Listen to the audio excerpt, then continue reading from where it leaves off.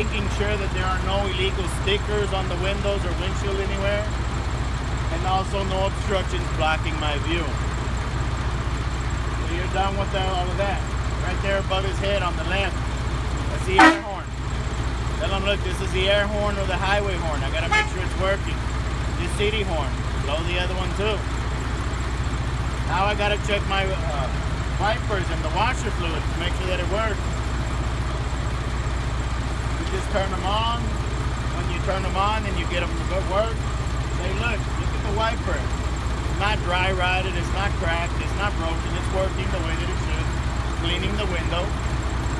If you can't spray the washer fluid, guys, don't worry about it. Just tell them, look, this is where I would also spray the washer fluid.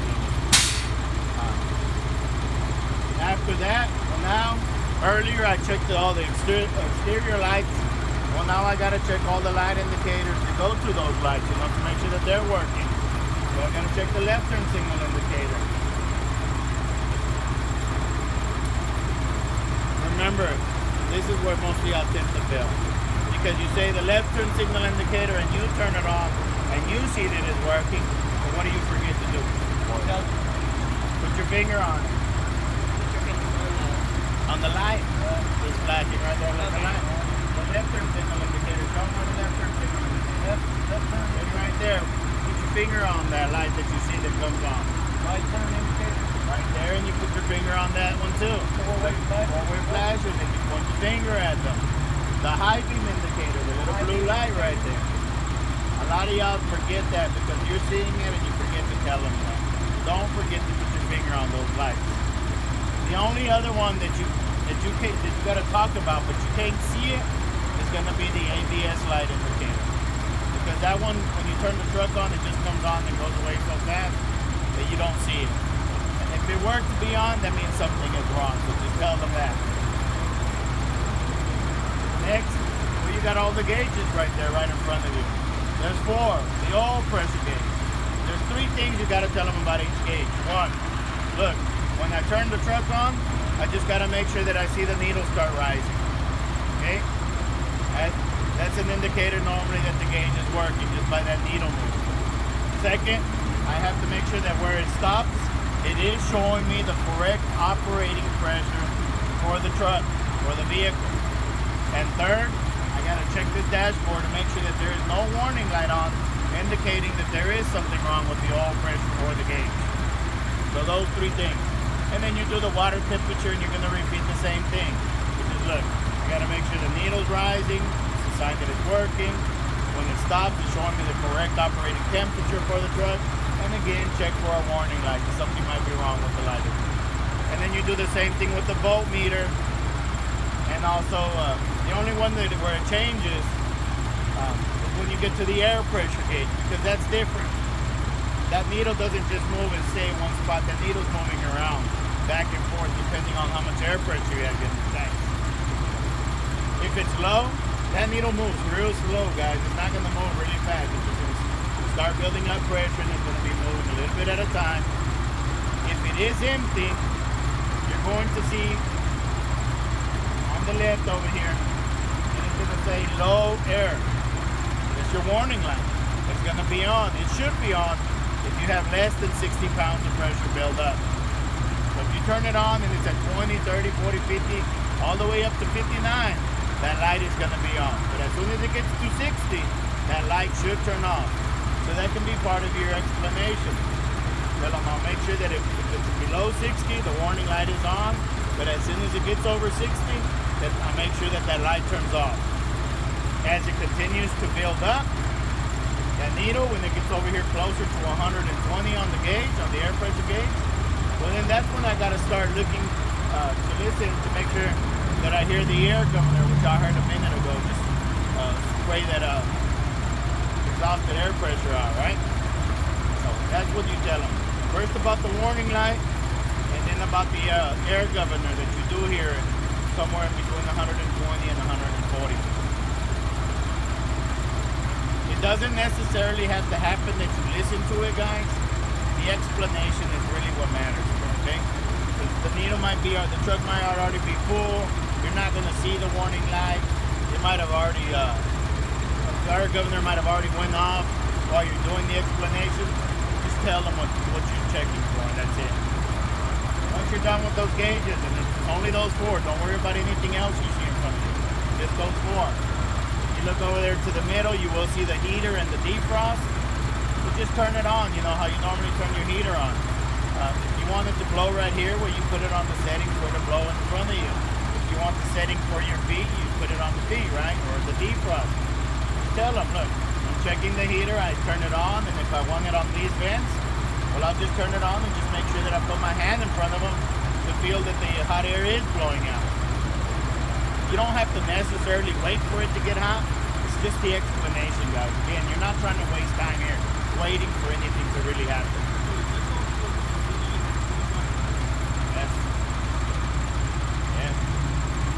So you do that with the heater, and then you took their defrost on, and for that one, well, hell, I got to reach my hand up here on top to make sure that the air blows out of the vents on top of the dashboard. It's because it's something that you do quick. That's what I'm saying. You don't waste too much time on this. I'm just giving you the explanation so you make sure you do it correctly. Now there, you just, hey, look, I'm going to check the heater. I'm going to put it here. I'm going to put my hand right here, and that's it. A second or two. Now I'm going to put on defrost. I'm going to reach up here. It's blowing, and that's it. So once you're done with heater and defrost, now you got the parking brakes. So he's here for a Class B license, and I know several of y'all said y'all were here for the B. So if you're here for the B license, you have to check your parking brake. Class A, don't pay attention to this. This is for the Class B. Your parking brake, remember when you did the safe start, you pulled on the buttons to make sure that the truck parking brakes are set. So your parking brake is already on right now.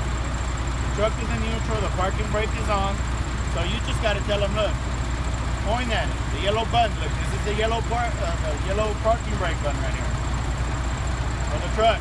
So it's already on. What I'm going to do here, put your foot on the brake, I'm going to put it in drive. Once it's in drive, I'm just going to take my foot off of the brake. The truck shouldn't move if that parking brake is working correctly. Just put it in drive, take your foot off, and you could even push on the gas a little bit. Just do a little tug test. You know that you're trying to move and it's not moving. Anybody else that's here for the Class A, well, you have a parking brake for the truck and you have a parking brake for the trailer. So that means you got to deal with both buttons, the red and the yellow. If you don't mind, let's do the explanation for the Class A. Class A, you have to push one of the buttons in at this time. It doesn't matter which one you push in. Push one in. Okay, I got the yellow in. So he pushed the yellow one in. So what he's doing by pushing the yellow button in, he just took the parking brake off of the truck. The truck is free to move now, but he's leaving the red one on for the truck, the trailer. That brake has to be strong enough to stop this truck from moving. So if it's in drive, just let the brake go.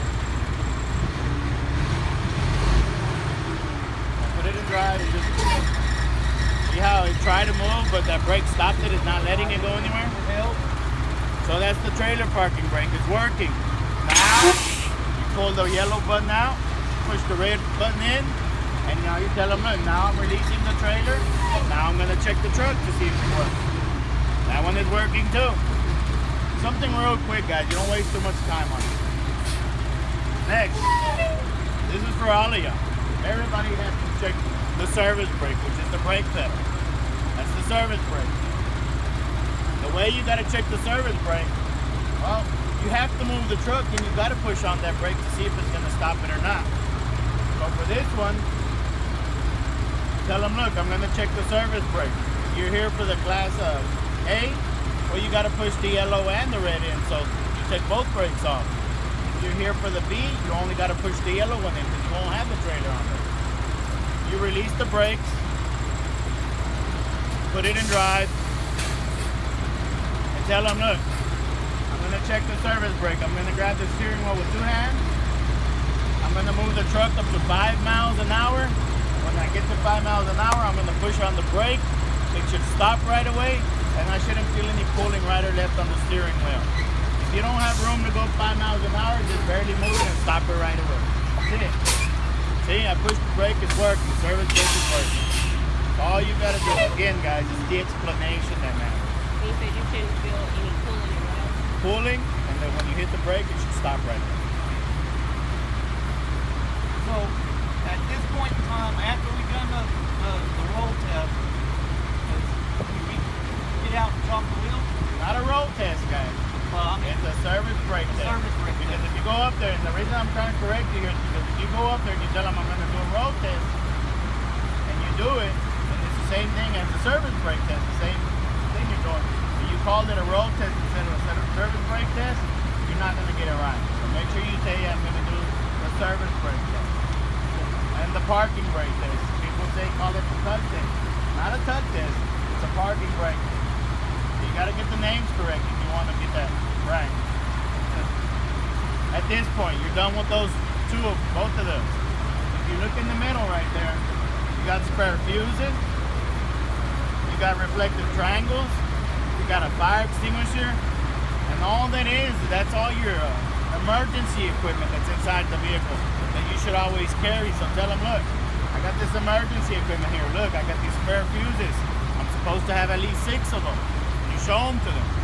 I got my reflective triangles right here in this red box. And there's 3 of them inside there, which I already checked. They're not cracked or broken. You look right here on the bottom also, you'll see the fire extinguisher down there, and you point at it. Tell them, look, it's secured to the truck in that little box, so don't go anywhere.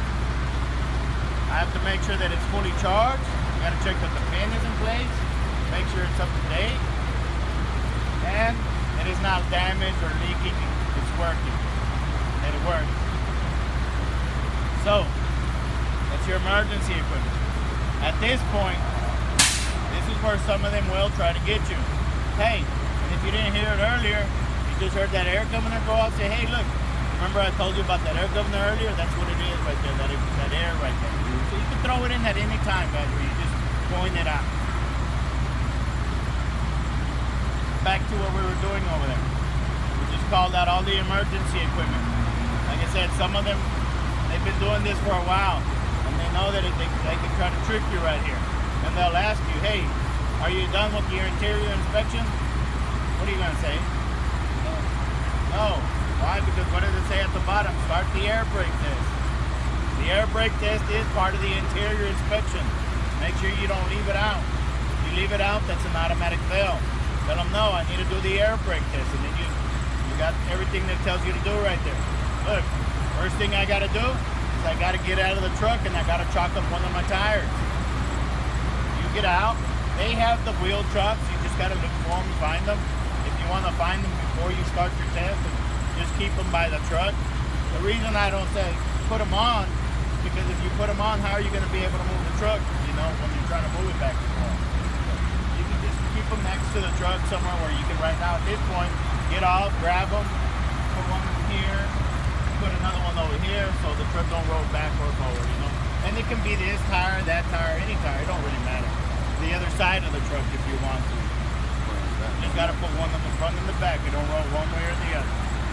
Once you do that, you get back in the truck, and you could even leave the truck running because if it's building up air pressure or if the AC is on and they're sitting in the truck, you don't want to turn it off. I know the videos and book says turn it off, put the key in your pocket. Don't do that. They know that you know that already. They want that AC running, especially if it's really hot. So you get out, you chalk the wheel, you get back in the truck. The first thing that you're supposed to do is look at the air pressure gauge.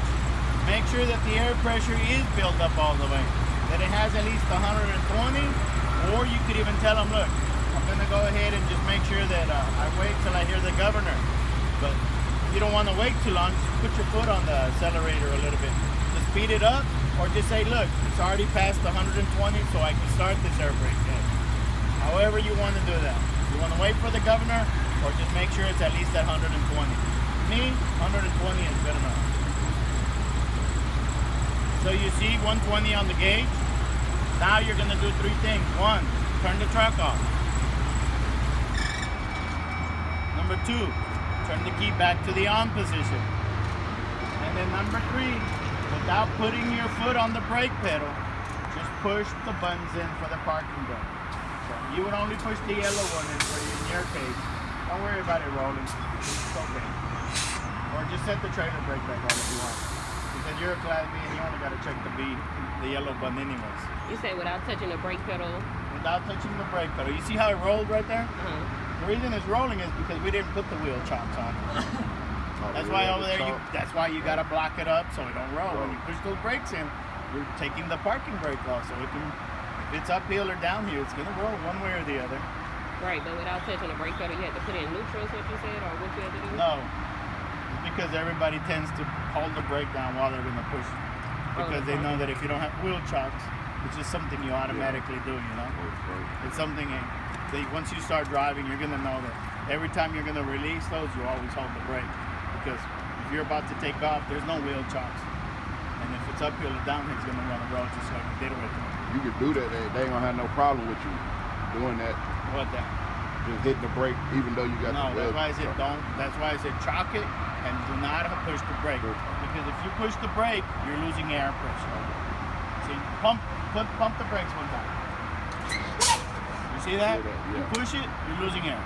So every time you push it, you lose air. That's why I said don't push it.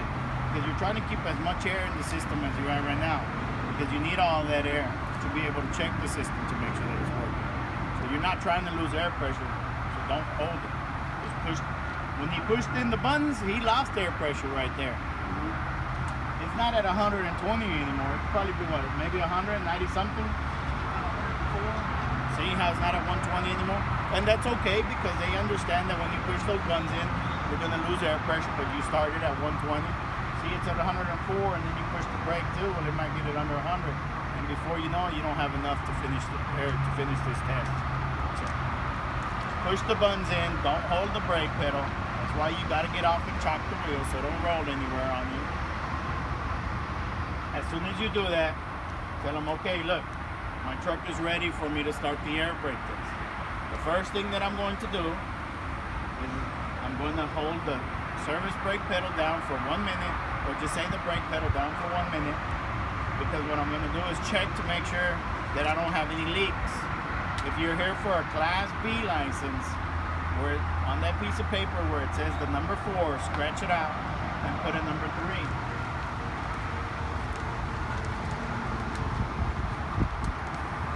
You have to make sure that while you're holding that brake pedal down for 1 minute, you don't lose more than 3 pounds of pressure.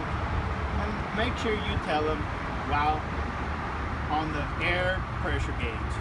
Because some of y'all will just say, I'm just going to make sure I don't lose more than 3 pounds of pressure on the gauge.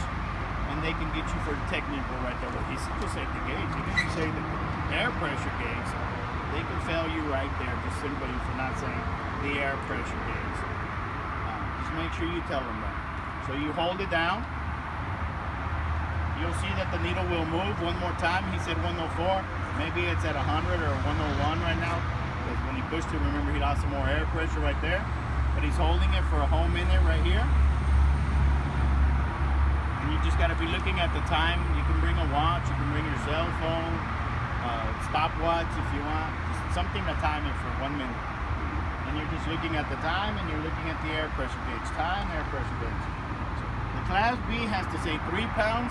But anybody that's here for a Class A, you need to tell them you should not lose more than 4 pounds. So that's the difference between the two, 3 and 4. All right, let's just say it's been a minute. Take your foot off. Okay? This is where you look at the gauge and you tell them, hey, look, I was checking. As you can see, I held it down for 1 minute. I don't have any leaks because I didn't lose more than 3 pounds or I didn't lose more than 4 pounds of air pressure while looking at this air pressure gauge. And that's it, you're done with step 1. Step 2 says that you have to make sure that you check that the low air signal light comes on. Or the low air alarm light comes on. Any one of those is fine. Just make sure you throw in there low air. Okay? Low air alarm or low air light or low air signal light. Something that says low air. And that light should come on before the needle reaches 60 pounds of pressure. So you start pumping it down.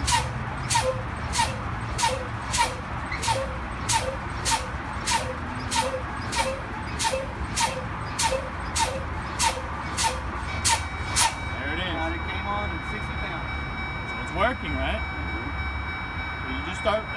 have to do, remember, you have about 100 pounds of air pressure, so you got to get all that air out. That's why you're pumping it, to get the air out, to make sure that that light comes on before it gets to 60. So it's working. You tell them. So that's it. That's checked out. That's good. Now the last thing I need to do is I got to check the emergency brakes or the spring brakes. And the way that I check those is by continuing to pump on the brake pedal. Hold on, let me give him the whole explanation, because if you don't do it, you just do it, and there you go again. See, you're doing it, but you're not telling them what you're doing, you fail. The explanation is what's important, not the physical part, okay? I mean, that's important too, but you gotta make sure you let them know what it is you're doing first. So, I'm gonna pump on it to make sure that the emergency brakes are working. What should happen here is that I'm gonna be looking at the parking brake buttons. They should pop out by themselves somewhere in between 20 and 45 pounds of pressure. So now that you give them the explanation, now pump it all you want and make sure that it happens.